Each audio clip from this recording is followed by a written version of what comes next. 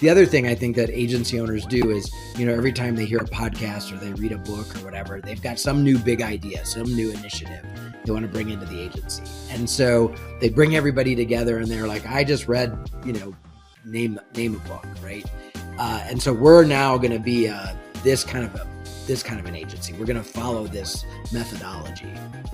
Well, normally that enthusiasm lasts for 2 or 3 months, and then they read another book, and then it's a chain. And so what they've done is they've trained their employees to not really give the time and attention to every new initiative until it's been around for a while, because they know that it's sort of the flavor of the month and it's going to go away.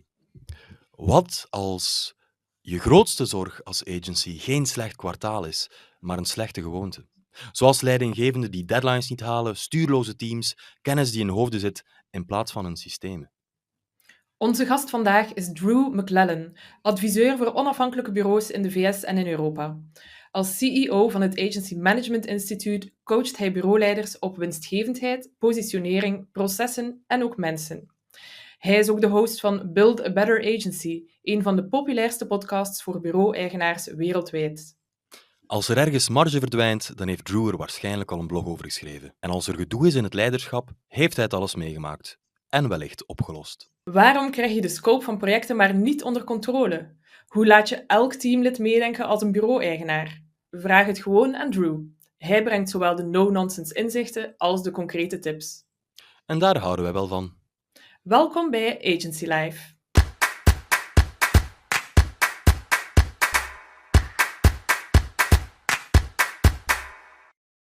Maar eerst heb ik nog een tip voor jou, beste luisteraar. Wist je namelijk dat je het jezelf nog makkelijker kan maken om alle Agency Life content te bekijken? Je kan je namelijk gewoon abonneren op de Agency Life nieuwsbrief via agencylife.be of agencylife.nl.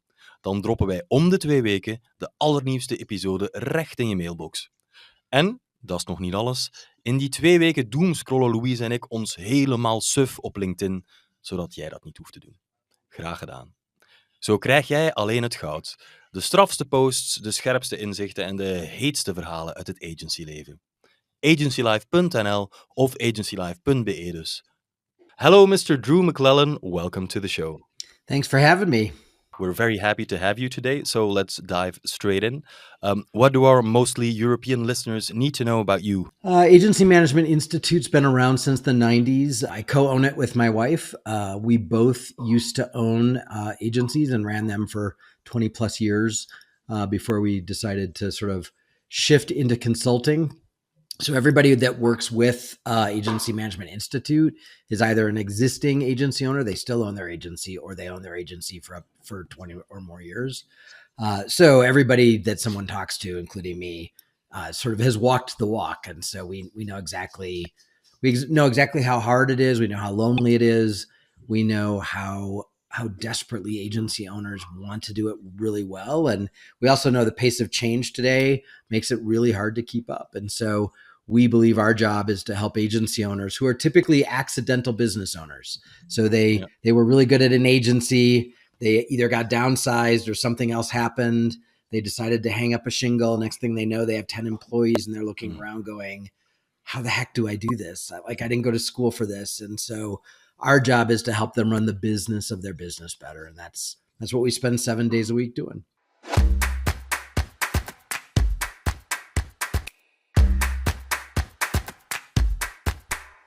You recently did a trends episode of your podcast in which you discussed how economic and political turbulence is filtering down into agency life. You mentioned different things like growing buyer skepticism, shorter contract terms, and this so-called crisis of grievance from the Edelman Trust Barometer. Can you explain what this crisis of grievance is and your view on other big macro factors that are shaping agency life? Yeah, the reality is for agencies, everything trickles down to us. Good times, bad times, doesn't really matter. We are sort of at the tail end of, the process. And so whatever's happening in the world, good or bad, we're impacted by it. And it sort of runs down the mountain in our direction. And so, right now I don't care where your listeners are, they know that the world is in a bit of chaos, a lot of it originating here in the United States and how that's impacting the rest of the world.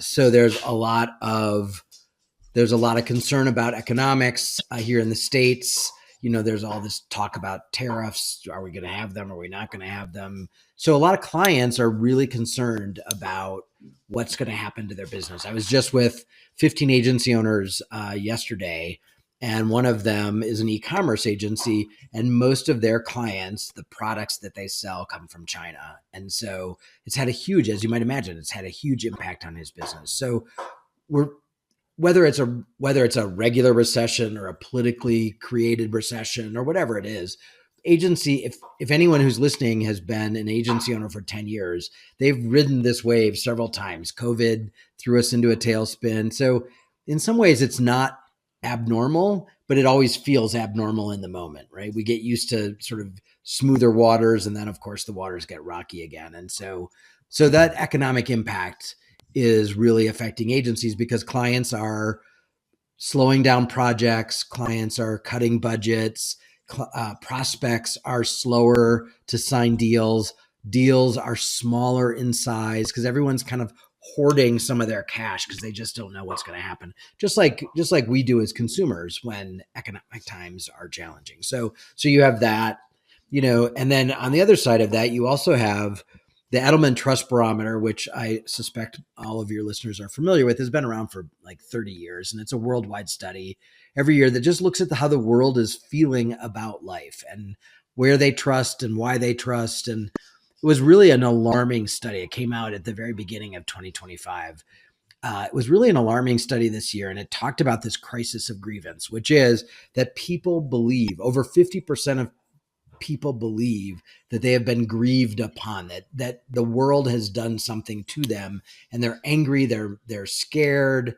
And what actually one of the stats that I found most alarming is that over 50% of the respondents, and it's over 30,000 respondents worldwide, over 50% of the respondents believe that violence was an appropriate response to this crisis of grievance. And so violence, they said, what do you mean by violence? Violence online would be, aggressively attacking someone else, being super negative on social media, things like that. But even in person, that they meant physical violence. Over 50% of these people believe that physical violence is an appropriate response to that they have been grieved upon, which I think tells you that, the world is angry and scared right now. And when you think about all of that, given what we do for a living, there's no way that can't impact our work. But it also should impact our messaging. It should impact the way we approach clients, because I just wrote about this the other day. It's really easy as an agency owner or leader to see how this impacts you and the agency. Revenue is down, clients are slower to approve things, whatever it may be. But we often don't stop and say to the client, I know this is a really hard time for you. What can we do to help you?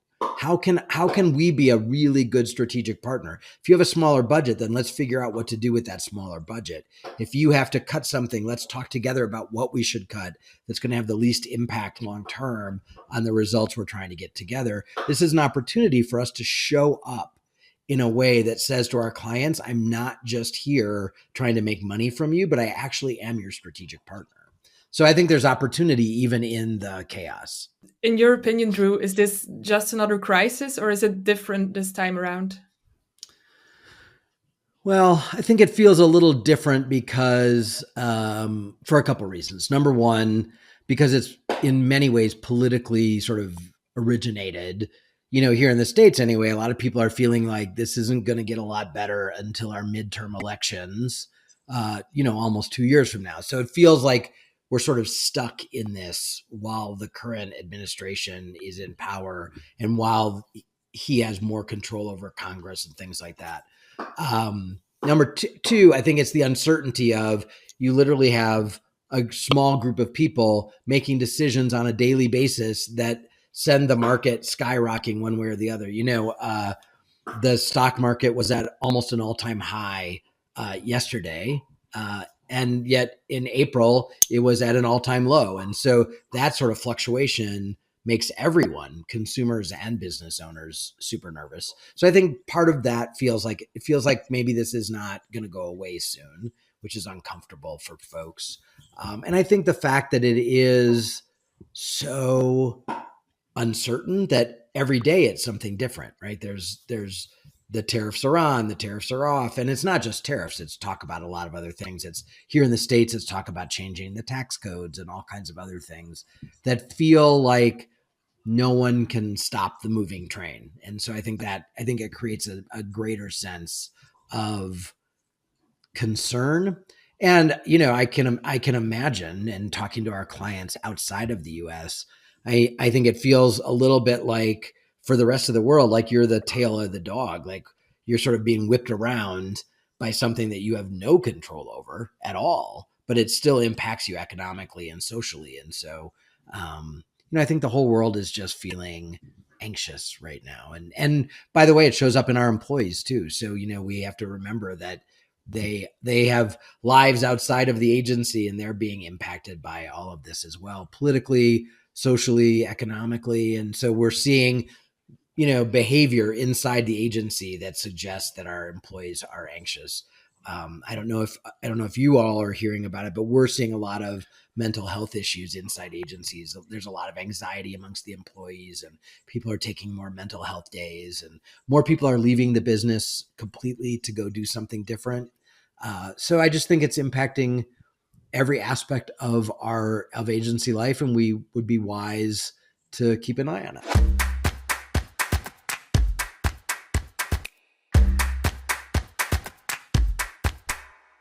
Of course, the crisis you're now talking about is, at least in part, and perhaps a very large part, a crisis of leadership, right?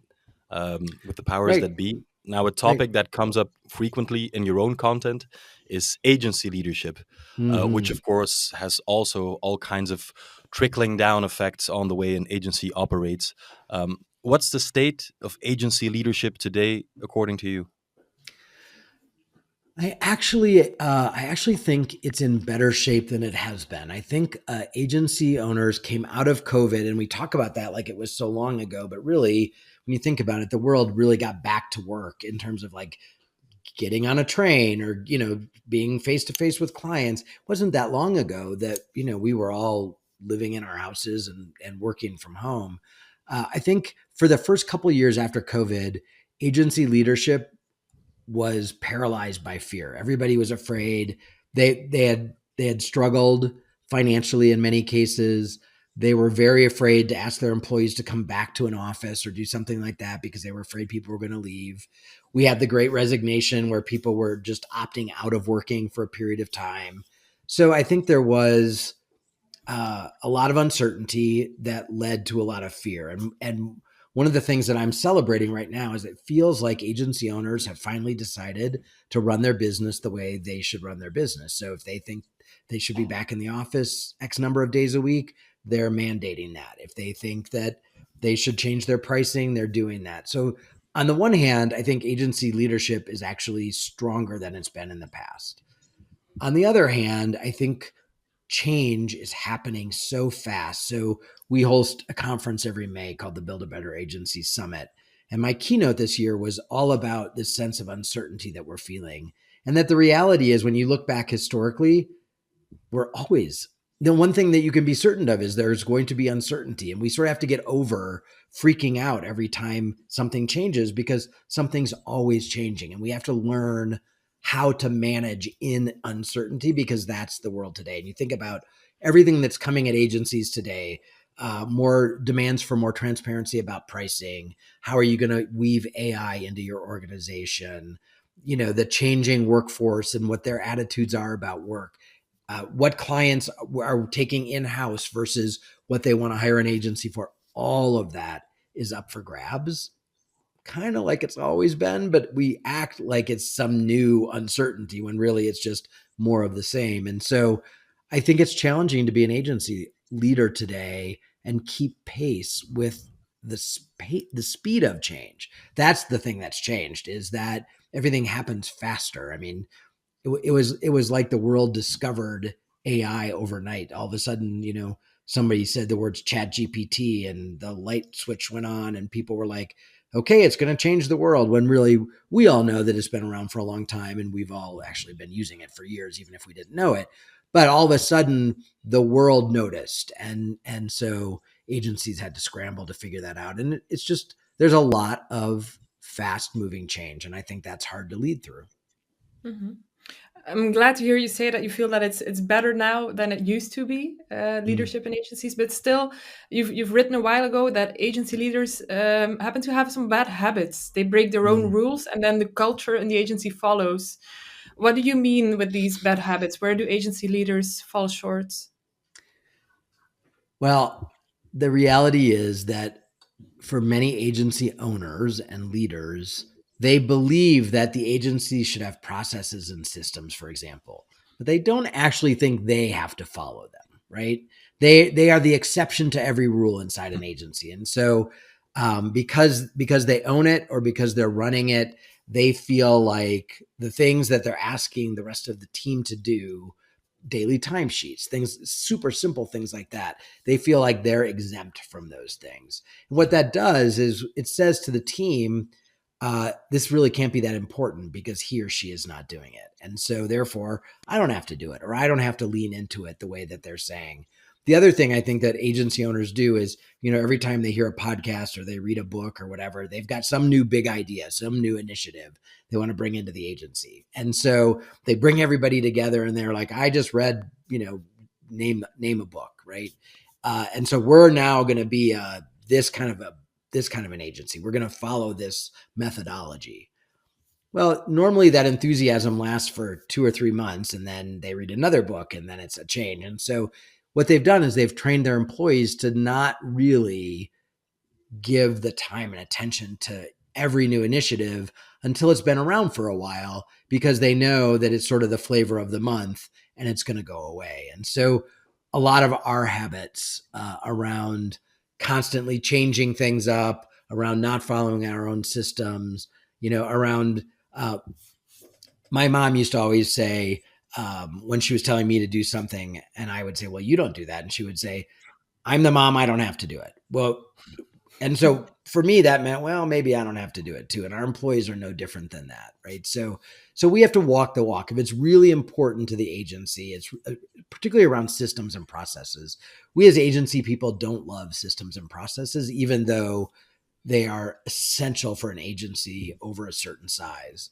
When you're 5 people, it's easy to keep everything in your head and, everyone has sort of that tribal knowledge, but you get much bigger than that. You've got to have a really good traffic system and all of that to make sure that you're not dropping balls and letting clients down. And when agency leaders disregard that, what they do is they just weaken it throughout the entire organization.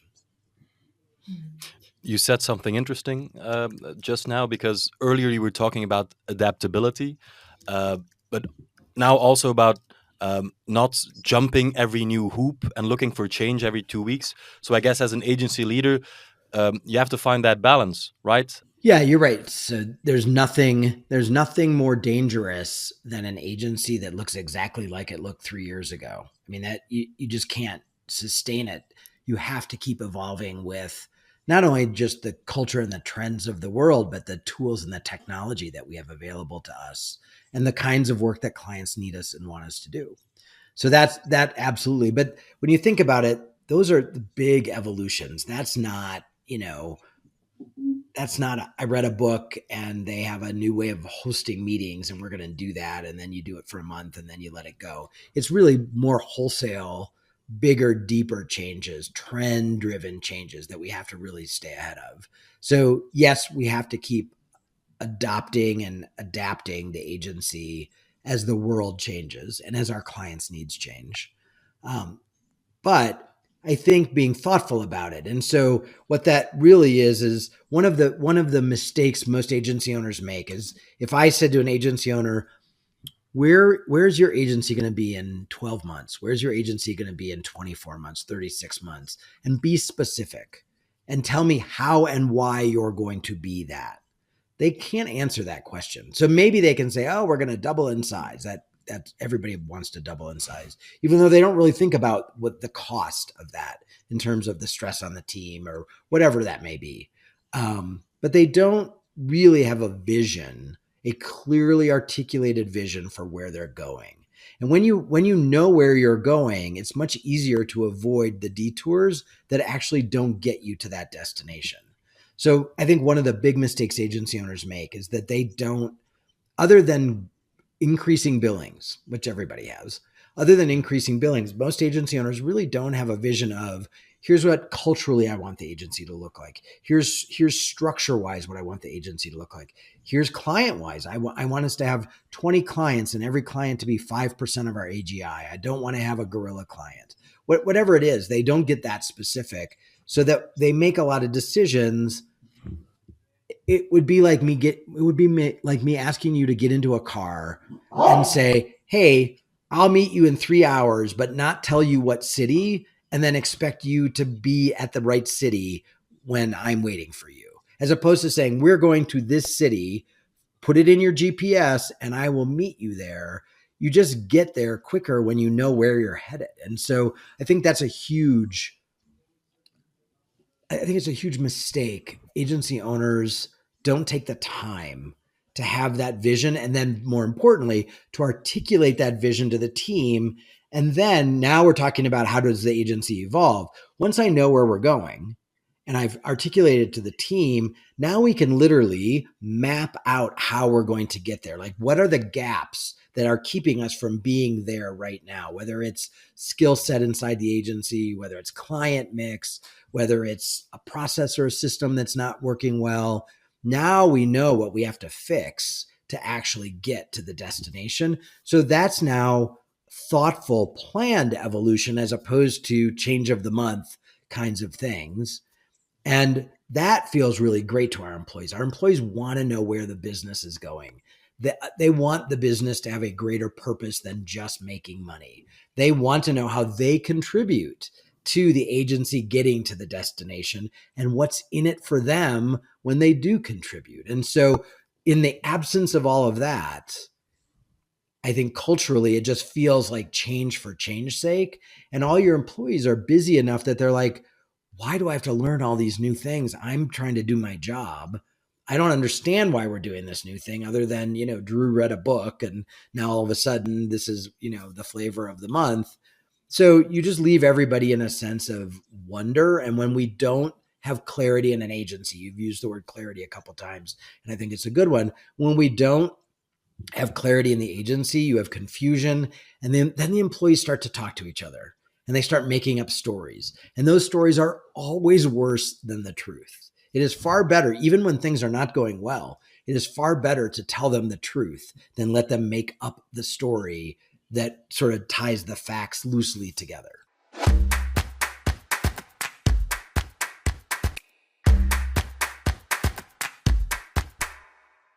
Throughout this conversation, I believe we'll come back a couple of times to the importance of articulation, communication, and making clear agreements. And one is about, of course, client feedback and agreements with the customers, the clients.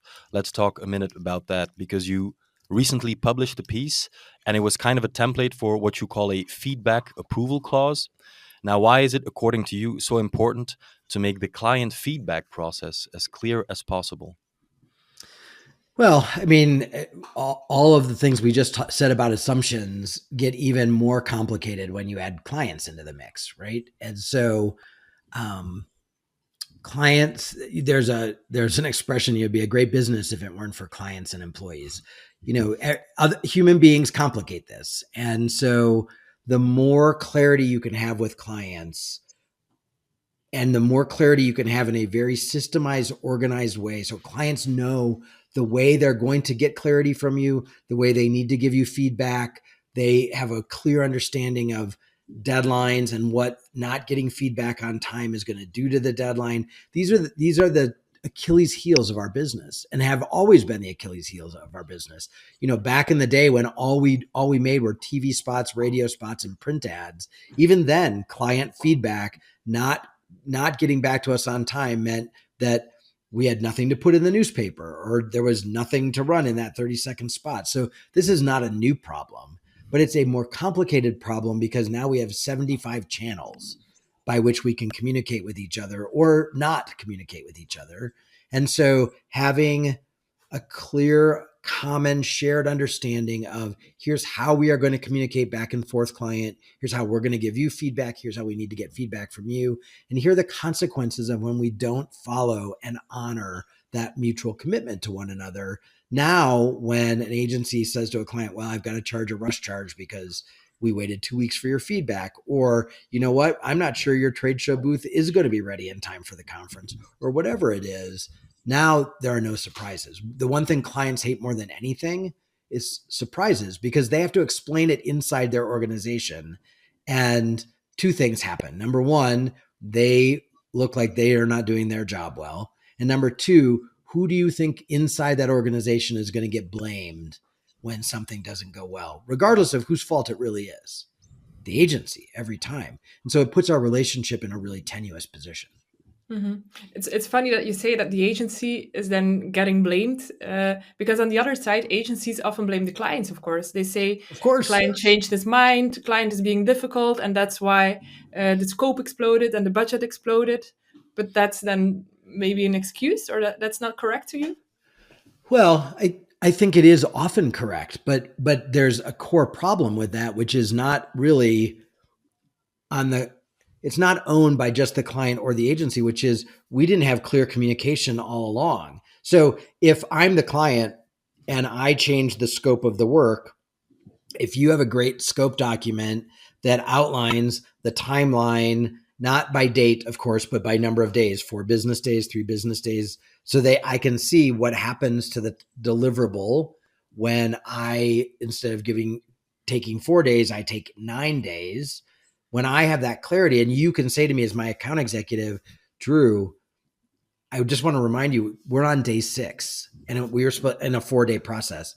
We're now going to have to deliver this 2 days late, or we're going to have to pay the printer extra or whatever this comes. The more clarity there is around everything we do has a consequence on the client side and on the agency side. And when we have a shared understanding of the process and the cost of not honoring the process, and cost could be a lot of things. It could be deliverables. It could be actual cost. It could be embarrassment inside the organization. Then we can work better together. Now we're working together on a shared understanding, as opposed to, well, the agency didn't tell me this or the client delayed that. So in some ways, it doesn't really matter why there's a problem, like whose side created the problem. We have to stop thinking of this as an adversarial relationship where it's someone's fault, their fault versus our fault. We have to figure it out together. It is to our advantage to deliver great work on time and on budget to our clients. And so we want to help them get great work on time and on budget. It is very important to them that they get great work on time and on budget. We have a shared goal. We just often don't have a shared system or process that helps us get to that goal. Mm-hmm. When you say it like that, it almost sounds like a no-brainer to set out this framework for communication and to put these agreements on paper. Why do you think that agencies and clients don't always do this when it seems so easy? I think we don't do it because everything is moving so fast that we say in our own head, I don't have time to write up the change order. I don't have time to fill in the blank. We're just going to get it done, or we're just going to move forward. And rather than slowing down for a moment and honoring the process, what we do is we set ourselves up for failure by being convinced by ourselves and the world that we just don't have time to do it properly. And this one time, we're going to do an end run around the system. But the reality is, in most agencies, this one time is most of the time. Mm-hmm. We don't follow our own systems and processes. Most agencies have them. So anybody listening, they're going, well, we have a process. Having it and following it religiously 100% of the time are two very different things. And I will tell you, so we see the full finances of, 300 or 400 agencies that we work with. And the agencies that are delivering 20, 25% profit to the bottom line are the agencies that have a well-defined process and are adamant about following it and don't allow clients or employees to do an end run around their own system or process. Do you think there's also an element of agencies not wanting to go into a difficult conversation out of fear of losing a client? Yeah, but again, this is the myth, right? That I'm going to have this hard conversation with a client. But if it's sort of like writing a prenuptial when you're getting married, right? When you're getting married and you're in love and you're planning the wedding, that's the perfect time to do the prenup because there's no conflict in the moment. We're not triggering any of the prenup rules, right? But so for an agency, having a kickoff meeting that says to a client, here's how we work with our clients. Here's the process. And then teaching the client that process while we're still in the honeymoon phase with the client, while everybody's excited to work together. And then we actually use the process right off the bat when there's no conflict, when there's no pressure, when there's no deadline.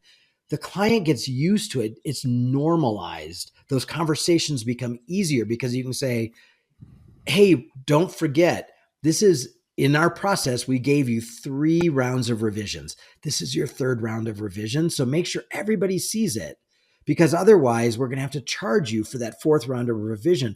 I don't want to have to do that.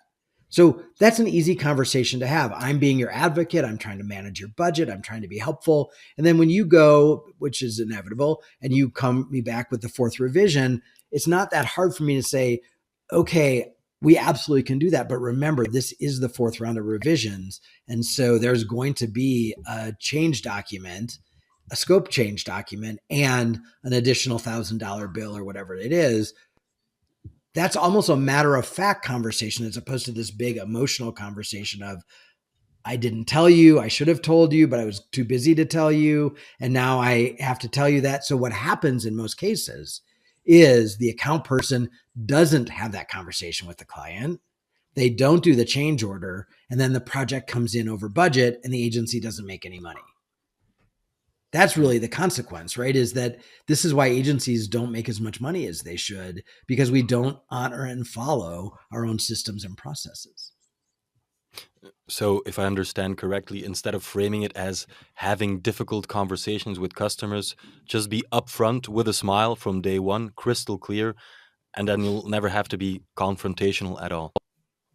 Right, because you're always being expectation proactive rather than reactive, right? That's the shift is when there are rules that we all understand and there's clarity in our documents, whether it's price or timeline or deliverables or whatever it is. I often say most agencies, if they had to go to a court of law and defend their scope documents, they couldn't. They're vague. They're not very specific. They're kind of thrown together.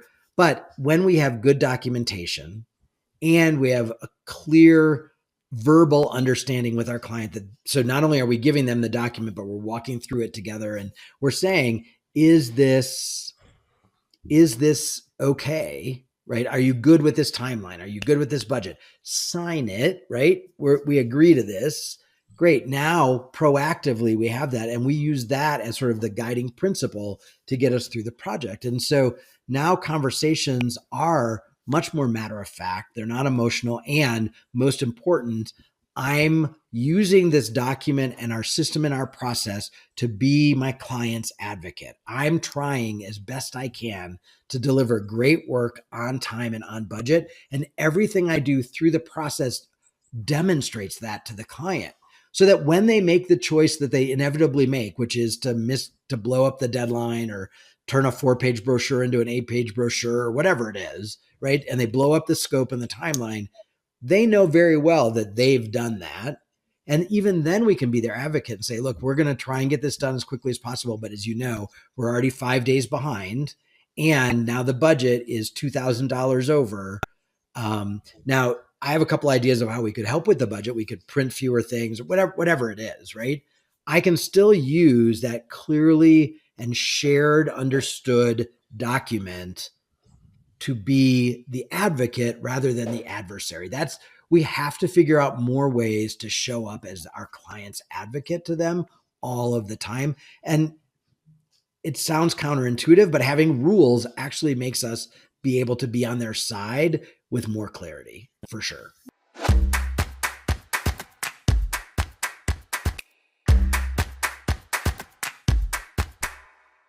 We've talked a lot about budget. I'm wondering, do you think that this managing of the budget with these agreements to help you with, do you think this is the responsibility of the account team and account executives, or should everyone be aware of the finances of a project and of the agency? Everyone has to be aware of it, right? Because everyone is throwing something into the pot to make the soup. And so if we want the soup to taste good, everyone has to understand what we're doing together. So if I'm the copywriter, I have to understand not only what I'm writing and why I'm writing it, but I have to understand I only have 3 hours to do it. And that if I go over my 3 hours, then that means somebody else loses an hour to do their job, or we lose money, one of the two, because I've chosen to go over. Now that's different than if the client makes 300 changes or whatever. But yeah, everyone has to understand. And a budget is a promise that we've made to a client. And so everyone has to help us honor that promise. So again, it may not be the account person. It depends on the structure of the agency, but it may be a project manager. It may be the finance manager, whoever is sort of overseeing that in terms of deciding who's doing what when and deciding how many hours need to go into the project for every part of the deliverable. But we have a shared responsibility to know what our part is and how much time and energy we can put into it. You know, the other thing is agencies are terrible at estimating. So regardless of the system or the process, in essence, agency estimates boil down to saying, okay, we're going to create this thing. Let's think about how much time each person is going to have to put into making the thing. And so you say, okay, well, how many hours is it going to take you, art director? And the art director says, oh, I can do that in 3 hours. Copywriter, how long is that going to take? Account person, how much time do you? But everyone gives the number as though the day was perfect, that there were no interruptions, that they got 8 hours of sleep, that, you know, they're not worried about their mom's health, whatever. We always underestimate how long the project's going to take.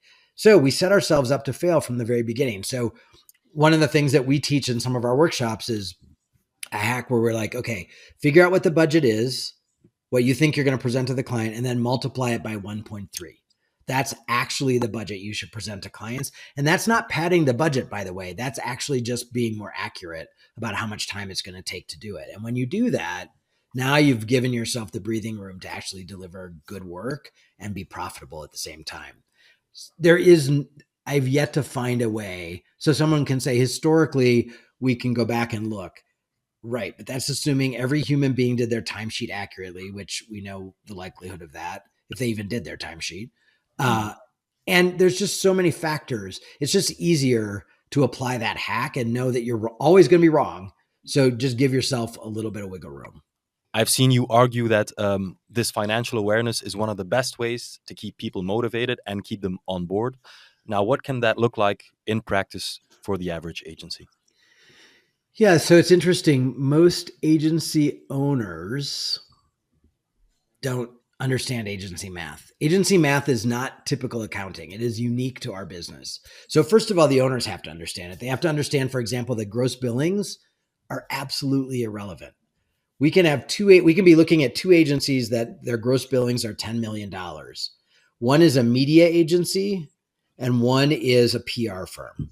The PR firm is going to have 100 employees. The media agency is going to have 5 employees because most of their gross billings are cost of goods. It's the media and it goes right back out the door. So the only number that matters in agency life is adjusted gross income. So that's gross billings minus your cost of goods. And AGI, or adjusted gross income, is the money that an agency owner gets to use to run the business. So you spend that money in 3 ways. You spend it on people, so loaded salaries. You spend it on overhead, and hopefully there's profit left over. So first of all, agency owners need to understand agency math. Then what they have to do is they need to explain it to their employees. You can't ask your employees to help you run a profitable agency if they don't understand what they do to either help or hurt profitability. They cannot be a partner in sort of fiscal responsibility and a financially sound agency if they don't understand it. So having some very simple KPIs, doing some very simple examples of agency math and helping people understand it is critical to the employees being able to contribute in a positive way. However, unlike the agency owner, there's no motivation for them typically to care if the agency is 5% profitable or 10% profitable. So you also have to build a bonus structure that allows the employees to share when we do this well together and when we all understand what a healthy agency financially looks like. There is money left over every month, every quarter, every year that you, the employee, get a part of because you helped us build that bottom line to be as healthy as it is. When you have that ecosystem in place, now all the employees care if the agency is profitable. When you think about it, when you're an employee and you get the same paycheck, regardless of how profitable the agency is, unless the agency is in big trouble and you're worried about losing your job, why in the world would I spend extra time and effort to make sure the agency is profitable? Because by the way, I think the agency owner makes a lot more money than he or she really does. I think they're richer than can be, when really oftentimes agency owners are the last ones to get paid. And if somebody's not going to get paid because times are tough, it's the agency owner first. But the employees don't see it that way. And that's our fault because we haven't educated them.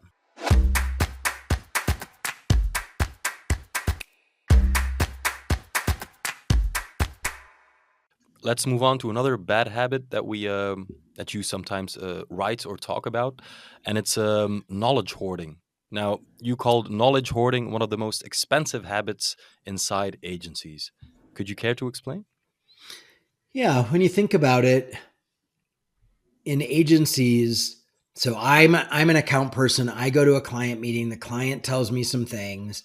If there's, again, not a way for me to communicate that information that I just got about the client's business back to the team. So I have it. It's in my brain. We call it tribal knowledge, right? It's in my brain. So I'm in essence hoarding it because I'm not sharing it.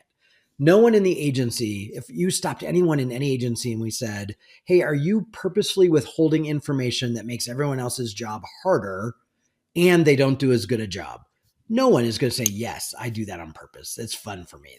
I love that. But the problem is we don't have a methodology to get that out of my brain into the hive collective of the business. And so one of the things we've been talking to a lot of agencies about is how do you create, if you will, a digital file cabinet of some kind, and with tools out there today, some sort of a learning system where you can collect all that information about the client and everyone can go there and find it. So again, it may be 2 months after a scope is written and the account team has met with the client that work trickles down to the creative team or somebody who's developing code for a digital project or whatever it is. That information should be somewhere that I can go. So it's been passed to me. It's finally my turn to touch the job. It's already been in the business for 2 months. I should be able to go somewhere and get the download on all of that. And, you can argue that you can have a marketing brief, you can have a creative brief, but a lot of it is just data about the client. And it's not that hard to have that dossier, that digital dossier of information so that everybody is in the loop. But we don't think about it that way. I'm either driving home from the client meeting or I'm hopping from one Zoom meeting to another Zoom meeting. And it doesn't occur to me that there are 5 other people in the agency that need to know what I just heard. And we're human beings. So in the moment, I know they need to know it. An hour from now, I may have forgotten all about it, right? If somebody asks me about it, I can recall it, but now it's not top of mind for me to share with others. So we have to have, again, a system or process for sharing that information out to the teams and a place to collect all of it so someone can go find it. And again, with AI, there's all kinds of tools that allow you to do that, right? What kind of signs should agency leaders be looking out for that their agency might fall victim to knowledge hoarding? Because I can imagine it's not always easy to spot or to know. A lot of times it shows up in a number of revisions, or it shows up when the first thing we show a client, whatever that may be, really misses the mark. And the client goes, I told you that fill in the blank. And the account person is like, oh, right. Yep, you did tell me that, but I didn't tell them, right? So we're missing the mark with clients. Clients feel like they're not being listened to. So we hear that. We do a lot of client satisfaction surveys for agencies. And one of the big things clients say is, sometimes I feel like they don't hear me or they're not listening to me, because when I see the work, it doesn't reflect the conversation we had. So that's a sign. If you've got lots and lots of revisions, much bigger than the scope allowed, it means that there is a disconnect. Though the info, it's like that old game of telephone. The information is not getting all the way through the organization to the whoever is producing whatever it is we're giving the client. And so somewhere along the way, there's a broken chain, and that information isn't making it all the way to the people that need to have it. Those are some common signs. And, agency owners should be talking to clients. The agency owners should not be doing work, not day-to-day work for clients, but that doesn't mean they shouldn't have a relationship with the clients, and they shouldn't be talking to clients. They should be talking to clients and saying, how's my team doing? Do you feel like we're hearing you? Are we delivering things that you're really proud to show inside your organization? How are we doing on delivering things on time? Do you feel like we're good stewards of your budget? These are conversations agency owners should be having with the clients. That's another place where you're going to hear a lot of things about what your agency is and isn't doing well. And an agency owner that is in too much client work doesn't make the time to have those kind of conversations. And guess what? If the agency owner isn't having those conversations, no one is. And now all of a sudden the client's like, you know what? Maybe my business isn't that important to them. Boy, when they were chasing after our business, that agency owner was calling me every other day, and I was getting emails from him or her and blah, blah, blah. But now that they've got the business, I haven't seen him in 3 months or heard from him in 3 months. So, then they feel like we don't love them as much anymore. And that begins to trigger in their mind, oh, maybe it's time for me to find somebody else who loves me a little bit more. Yeah. What if an agency owner is listening to all of this and thinks, I want to break this habit of knowledge hoarding? What would be a good first step for them to take? I think a good first step would be to put together a task force of so you've got somebody around the table from every department, and say, all right, let's talk about how does information flow through the organization today? Where is it broken? Where does it work really well? Because it may be that they have part of a system, or they have something that works some of the time, and they just need to tighten up some nuts and bolts to make it better. Or it may be that they don't have anything at all and they need to build something from scratch. But most agencies have something rudimentary. It's just that everybody doesn't follow it. Oftentimes the agency owner, right? And some of the other leaders. It's not followed all the time, or there are places where there's sort of a kink in the process that needs to be straightened out. And so looking at what exists and how do we just make that better would be my first step. And how do you prevent that from becoming just another process that people, because you've said earlier, agency people don't like processes. Right. So how do you avoid it from becoming just a more complex process that then doesn't get followed anyway? Well, I think the agencies that have process and follow process are the agencies where everyone understands the importance of that process, right? So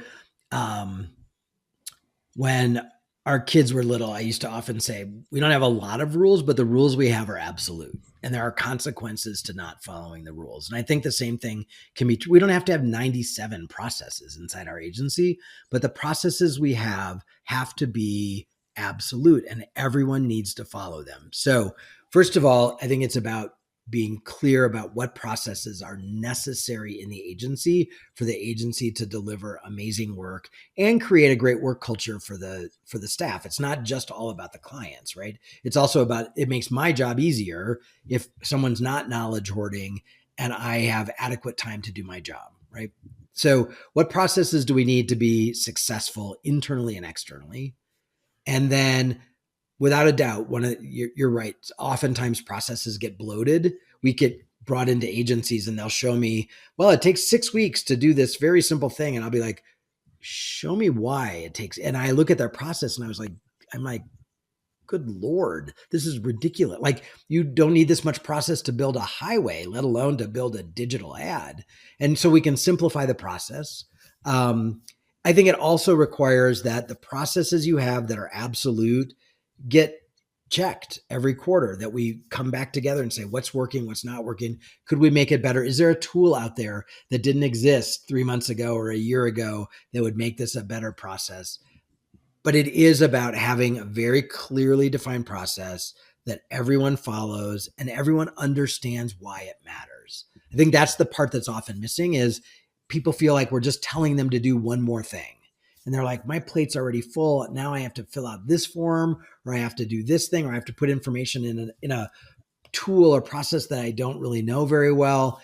You forget it. I'm just going to do an end run around it. But when they understand the importance of it and the cost of not doing it like everyone else is, then we start to get compliance. And back to the very beginning of our conversation, if the leaders don't do it, then the rank and file aren't.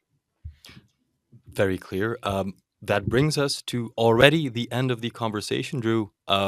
Thanks a lot for taking the time to share your insights with us, also this early in the day. We might be having a beer here in Belgium, but I would advise you to stick around, work it out, and then you can have one perhaps a bit later. I will think of you this afternoon when I have one. How about that? Yeah, enjoy a nice cold one. What's your favorite? Yes. What's your favorite kind? I love the Canadian beer called Moosehead. So Moosehead. Yeah, it's kind of hard to find, but when you can find it, it's a good one. It's a Molson. It's good. We'll try to find it in some sort of like North American beer shop. If we come across it, I'll buy a 6-pack. All right, give it a try and let me know what you think. I will.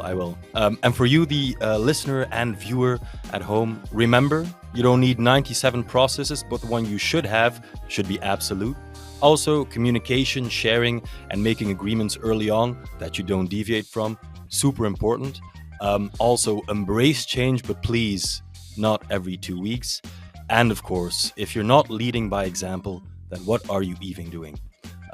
Drew, once again, thank you very much. Where can our listeners find out more about you or your work?